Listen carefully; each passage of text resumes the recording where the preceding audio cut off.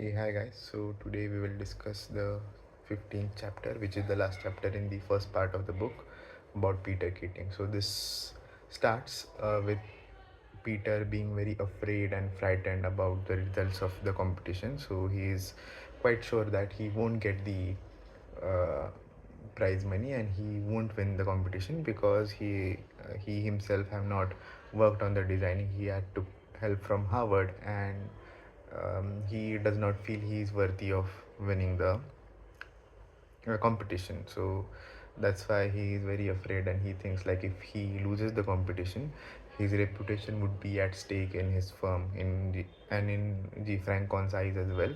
He would lost his reputation, he would jeopardize his position in the firm, and as he wants to be a partner in the firm, if he loses the competition, it would be a big shame for him, and G. Francon would hesitate to give him the partnership, and others in his firm, the other colleagues, would get ahead of him, and he do not really want that. He does not really want that, and he's also very selfish. Like he would do anything to get the uh, to go ahead in his career. So he is very afraid, and he's getting very restless. So what he do is Francon has a partner, uh, right? So and he is ill. He had a stroke, and he is not retiring, even though he is not been in good health, and Francon wants him to retire. So what Peter does is Peter pays him a visit, and Peter digs deep all the records if that partner uh, hired was the name of that partner. So if hired has made any mistakes in the past which Peter could use against him, so he tries finding all these things, and eventually he find one check uh, which was 15 years back, which hired has taken as a bribery from one of the client as a bribe. So uh, Peter gets that document and goes to uh, hire and tells him that, hey, if you do not take the retirement, I will use this check and I will expose you, and the AGM would cancel your license, and you'll be all over the newspapers, and your name will get tarnished. You lose your reputation, and in worst case scenario you would also end up in jail. So he tries to frighten him. He tries to tell him that if you do not resign right away, I will go against you and I will expose you. So he tries to blackmail him, but as he is very weak, he already had one stroke. He gets another stroke and then he dies there because Peter had pressurized him. So seeing that, Peter thinks that what a horrible man I am. But again, he thinks that like he thought of himself that that's the thing he really wanted. He wanted him to get a stroke and get hospitalized and eventually be dead. So Peter like consoles himself that he is not a bad guy, and everybody would do the same thing that Peter has done, and there is nothing bad in that. So he tries to console himself, but uh, somewhere he knew that he is kind of a murderer. So but again, he does not let these things be over him, and he always thinks that I want to go ahead in my career no matter the cost is. So that's why it doesn't really affect him. He just gave it a thought for like a day or two, and then he goes over it, and he is unaffected by it, even though he is responsible for killing of a man. And then the result come for the competition, and Peter has won that competition. So everybody is congratulating him. Francon is very happy. His articles, his interviews are all over the newspaper. People want to meet him, greet him, right? They want to congratulate him because he is a a very young big star in making. So uh, the articles are published in the newspaper, like from very poor family he has risen up like a phoenix, and he has earned his place, and he is very talented and all those things. And there were also multiple articles where the building was explained, like how the how Peter has designed it. Um, so everything, all the details were mentioned, and seeing that, Peter is not very happy because he know that these designs came from Harvard and not by himself. So even though he has won the competition, he is very angry that um, he is not worthy of the prize, and he is not worthy of the name and itself. uh, so he was not worthy of winning the competition.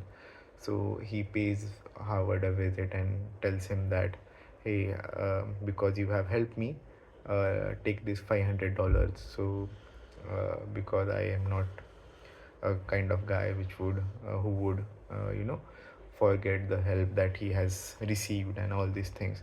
And looking at that, Howard takes the check and then gives it back to him to shut his mouth, that don't tell anybody that I was involved in this. Because Howard also know why Peter really came here, because he do not want Howard to tell anybody that he is the main brain behind it. And Howard says that I also don't want anybody to know, because I don't want to take part in building such conservative things. It is against my principles, and your secret would be safe with me. I won't tell anybody. Don't worry about it. So, hearing this, Peter gets very angry. So he is very ravished that how Howard can react like this, and uh, so he explores that. He says, I always hate you, and what do you think of himself? What do you think of yourself? And all these things. So he curses him, and seeing that, Howard just looks at him and tells him, what is the thing that frightens you about me? What are you afraid about? And then Peter just looks at him and tells him that he does not know what makes him say all these things. And it's kind of a honest uh, confession that Peter has tell Howard, right? So Peter says, I'm sorry that I exploded. Maybe it was because you whatever you did with the check. And but then I was also did not think like, yeah, you might be offended by this. So he says sorry and he goes away. So uh, that's what has happened with Peter's life.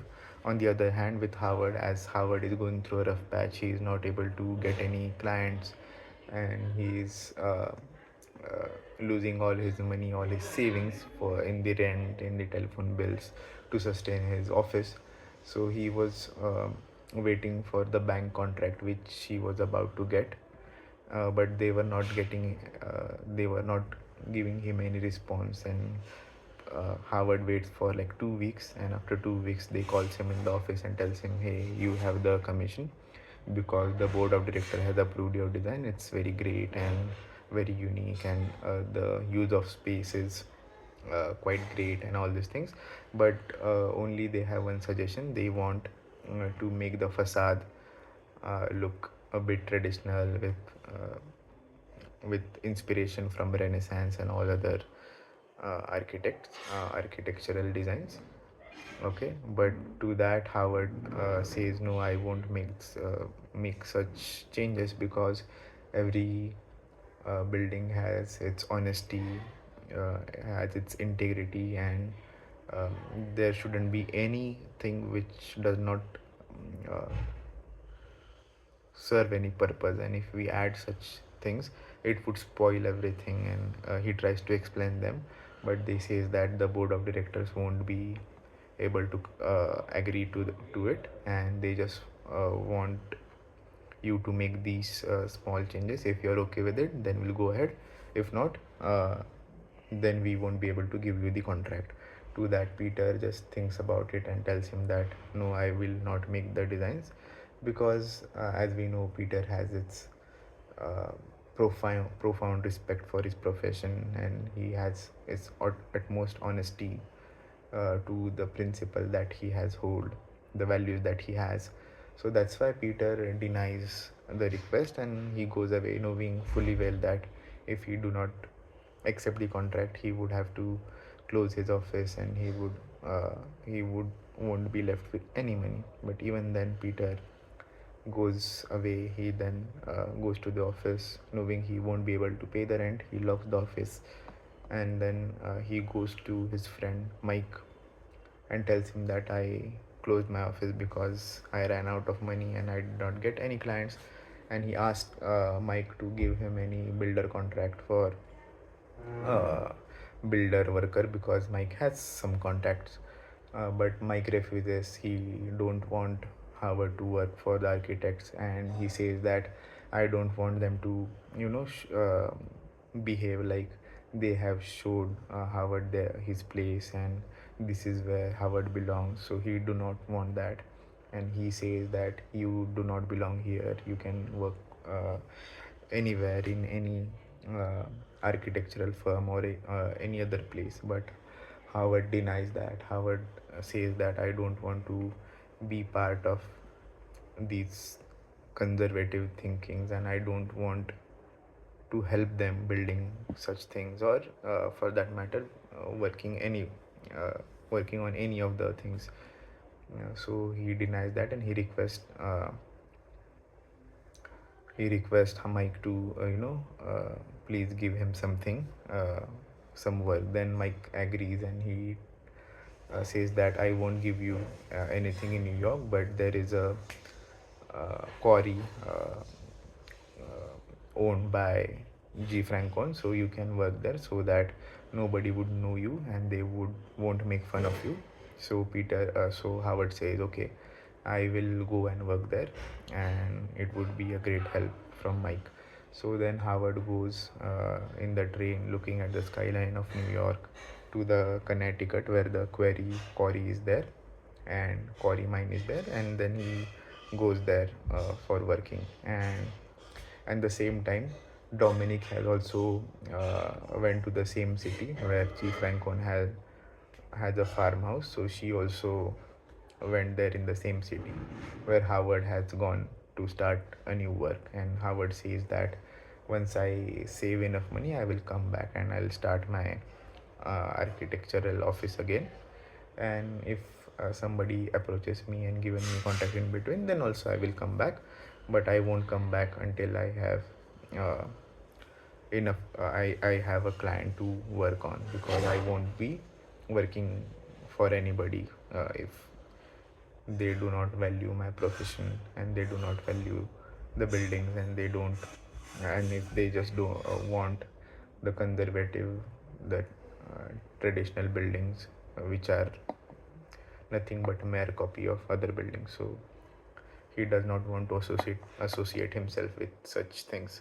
So that's why he has went there, and Dominic has also visited his father's house in Connecticut. So yeah, so maybe in next chapters, Dominic and Howard might meet, not sure, but that's how the storyline has aligned so far. So yeah, we'll meet tomorrow, and I will tell you what happens next. Okay, thank you.